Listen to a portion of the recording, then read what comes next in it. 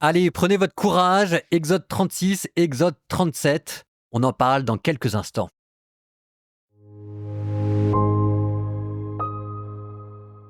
Bessalel, Oholiab et tout artisan habile à qui le Seigneur avait donné sagesse et intelligence pour concevoir et exécuter les travaux au service du sanctuaire, tous exécuteront ce que le Seigneur a ordonné. Moïse appela donc, pour se mettre à l'ouvrage et l'exécuter, Bessalel, Oholiab et tout artisan habile à qui le Seigneur avait donné la sagesse, tous ceux que leur cœur y portait. Ils reçurent de Moïse la contribution que les fils d'Israël avaient apportée pour exécuter ces travaux au service du sanctuaire. Chaque matin, on apportait encore des offrandes volontaires. Alors, tous les artisans occupés aux divers travaux du sanctuaire quittèrent chacun l'ouvrage qu'ils étaient en train de faire et vinrent dire à Moïse : « Le peuple apporte plus qu'il n'en faut pour le travail que le Seigneur a ordonné d'exécuter. » Moïse donna donc cet ordre que l'on fit passer dans le camp : que personne, ni homme ni femme, n'apporte plus rien en contribution pour le sanctuaire. Et le peuple cessa d'apporter quoi que ce soit. Il y avait suffisamment de matériaux pour faire tout le travail. Il y en avait même en surplus. Les ouvriers, artisans habiles, construisirent la demeure. Ils firent 10 tentures de lin retors, pourpre violette, pourpre rouge et cramoisi éclatant, et on y broda des kéroubim. C'est une œuvre d'artiste. Chaque tenture mesurait 28 coudées de long et 4 de large. Toutes les tentures avaient les mêmes dimensions. On assembla 5 tentures l'une à l'autre, et les 5 autres également. On fit des lacets de pourpre violette au bord de la première tenture, à l'extrémité de l'assemblage, et on fit de même au bord de la dernière tenture du deuxième assemblage. On mit 50 lacets à la première tenture et 50 lacets à l'extrémité de la tenture du deuxième assemblage, les lacets s'attachant l'un à l'autre.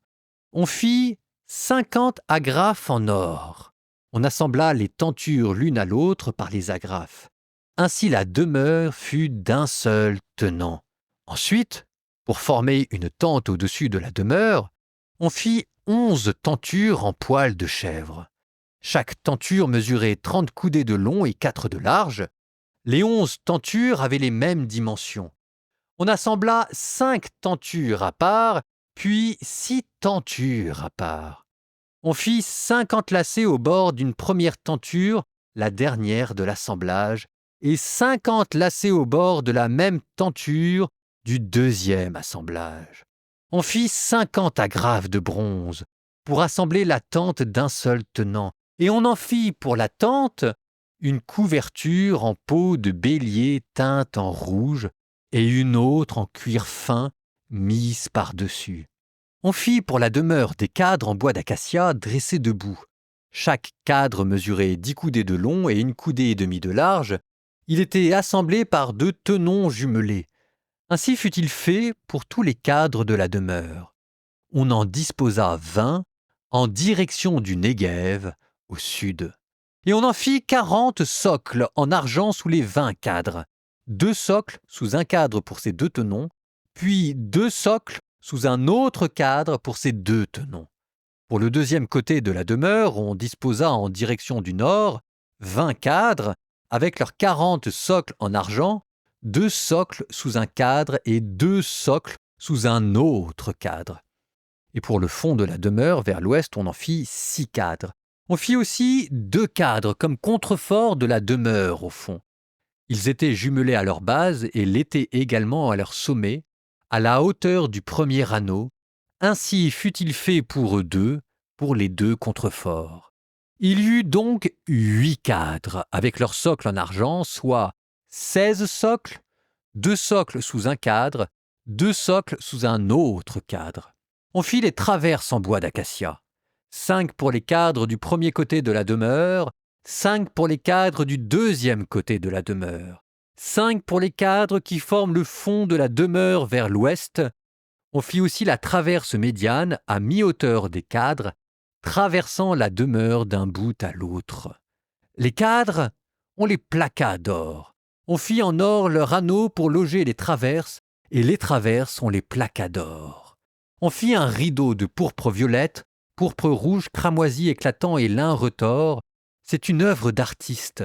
On y broda des kéroubim. On le fixa à 4 colonnes en acacia, plaquées d'or et munies de crochets en or. On coula pour elles 4 socles en argent. Pour l'entrée de la tente, on fit un voile en pourpre violette, pourpre rouge, cramoisi éclatant et lin retors. C'est une œuvre d'artisan brocheur. On fit pour le voile 5 colonnes avec leurs crochets. Leurs chapiteaux et leurs tringles furent plaqués d'or, leurs 5 socles étaient en bronze. Bessalel fit l'arche en bois d'acacia de 2 coudées et demie de long sur 1 coudée et demie de large et 1 coudée et demie de haut.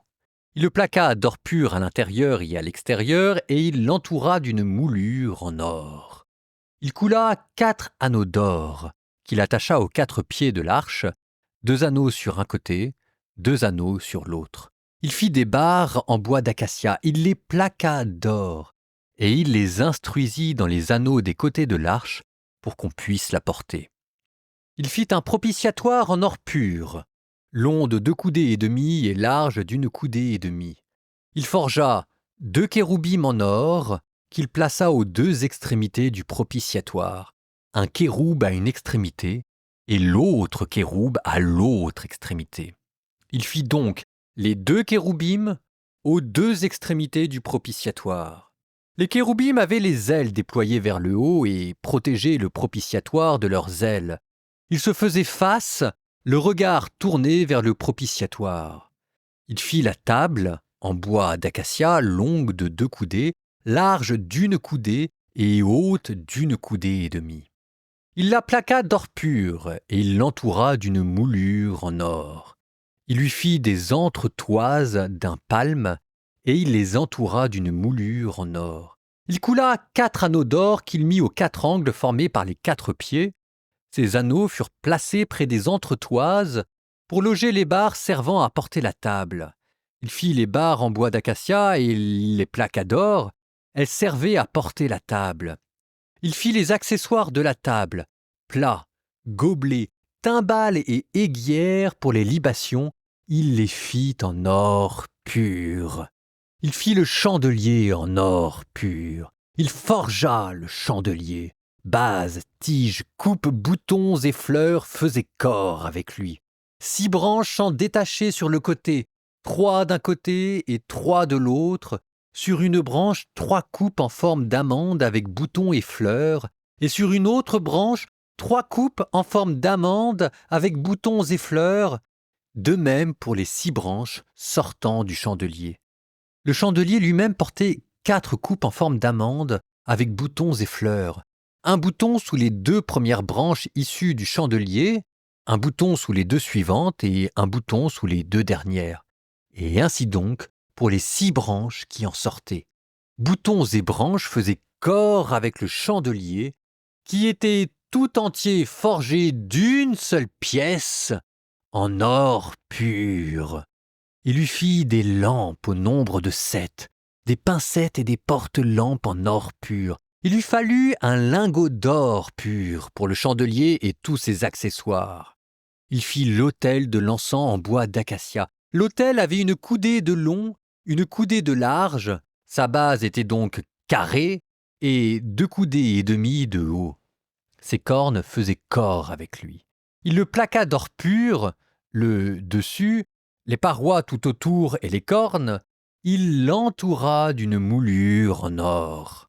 Sous la moulure, sur les 2 côtés, il plaça des anneaux d'or pour loger les barres servant à les porter. Il fit les barres en bois d'acacia et les plaqua d'or. Il fit l'huile d'onction sainte et l'encens aromatique pur. C'est une œuvre de parfumeur.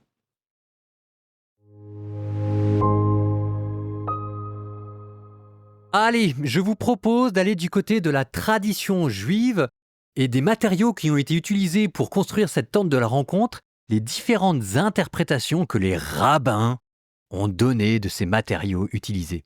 L'or, d'abord, l'or que vous trouvez partout, notamment dans l'Arche d'Alliance, qui symbolise l'élévation spirituelle et qui vous rappelle la majesté, la beauté, l'éternité divine. Vous avez ensuite eu l'argent, qui est utilisé notamment, vous n'avez probablement pas fait attention, pour la base des piliers qui soutiennent la structure de la tente, qui représente la rédemption et la pureté morale. Dans le Talmud, l'argent est lié au rachat des âmes. Et puis vous avez le rabbin Sforno qui interprète l'argent comme un symbole de modestie et de constance dans la foi. On passe au cuivre, employé pour l'autel des sacrifices. Et là, c'est Rashi qui souligne que le cuivre, en raison de sa nature moins précieuse que l'or et l'argent, cette fois-ci, ça symbolise l'humilité.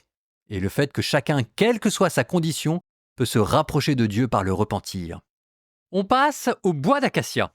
Pour l'arche de l'Alliance, pour la table de la loi, pour plein d'éléments de la structure.